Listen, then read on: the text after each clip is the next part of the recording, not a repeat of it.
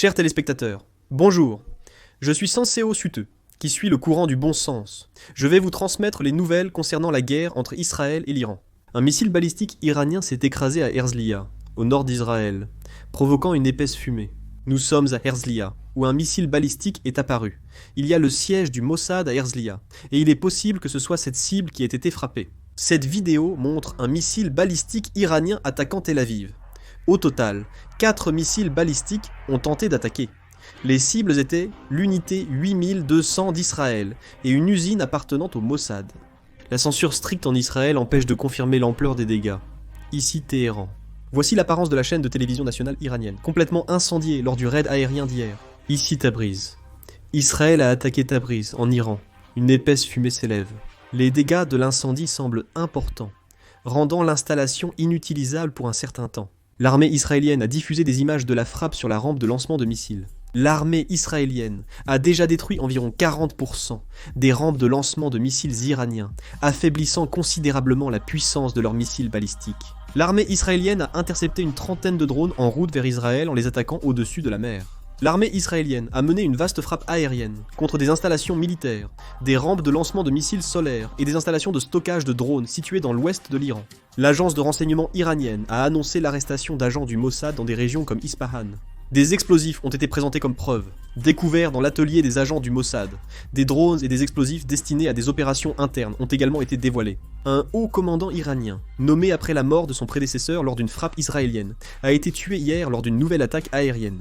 Le général Ali Shadmani était à la tête du commandement central Khattam al-Anbiya, aussi appelé quartier général d'urgence militaire iranien. Cette organisation coordonne le corps des gardiens de la révolution islamique et l'armée régulière. Le général Ali Shadmani était le plus haut commandant militaire de l'armée iranienne. Il est mort hier dans une frappe aérienne. Le guide suprême de l'Iran fait face à un mécontentement croissant au sein du régime depuis qu'Israël a attaqué l'infrastructure nucléaire iranienne. En réponse à l'attaque israélienne, le guide suprême iranien, l'ayatollah Ali Khamenei, avait ordonné le lancement de 1000 missiles, mais seulement 200 ont été tirés. Cela a mis en lumière de graves problèmes au sein de l'armée iranienne, déclenchant un débat sur la responsabilité de l'incident. Yael Leiter, ambassadrice d'Israël aux États-Unis, a affirmé que seuls les États-Unis possédent le type de bombe pouvant attaquer les installations nucléaires souterraines de Fordo en Iran. La centrale de Fordo, enfouie dans les montagnes près de Qom au nord de l'Iran, est équipée de centrifugeuses avancées pour enrichir l'uranium à un haut niveau de pureté. La profondeur exacte n'a pas été rendue publique, mais certaines entreprises l'estiment entre 80 et 90 mètres.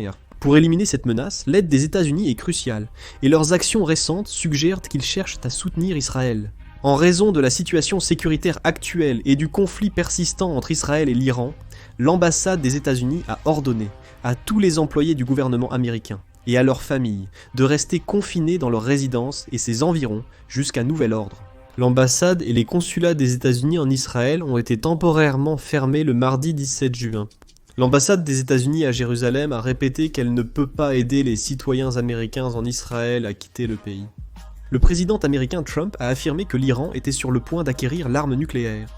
Il a indiqué qu'une attaque israélienne contre les sites nucléaires iraniens ne ferait que retarder le programme de quelques mois, sans pouvoir l'empêcher fondamentalement. Il a déclaré que les États-Unis veulent l'élimination complète du programme nucléaire de l'Iran. Le ministère des Affaires étrangères de la République de Corée a émis, le 17 juin à 13h heure coréenne, une alerte de voyage de niveau 3 pour l'ensemble du territoire iranien. Nous demandons aux téléspectateurs en Iran d'être particulièrement vigilants quant à leur sécurité et de quitter le pays rapidement en suivant les consignes consulaires. Nous recommandons aussi à ceux qui prévoyaient d'aller en Iran d'annuler ou de reporter leur voyage. L'Inde a demandé à ses ressortissants en Iran de partir sur le champ. Le gouvernement japonais examine actuellement diverses options pour l'évacuation de ses ressortissants en Iran, en Israël et dans d'autres régions. L'Égypte, dirigeant un groupe de 21 pays, a condamné dans une déclaration commune la récente attaque militaire d'Israël contre l'Iran, appelant à l'arrêt immédiat des hostilités et au retour à la diplomatie pour apaiser les tensions régionales.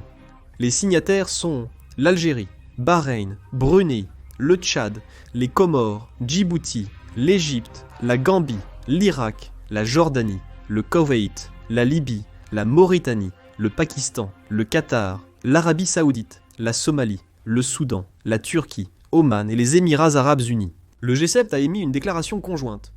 Le G7 a réaffirmé son opposition à l'Iran possédant des armes nucléaires, son soutien à la sécurité d'Israël et le droit de ce dernier à l'autodéfense. Je vais conclure la vidéo, merci.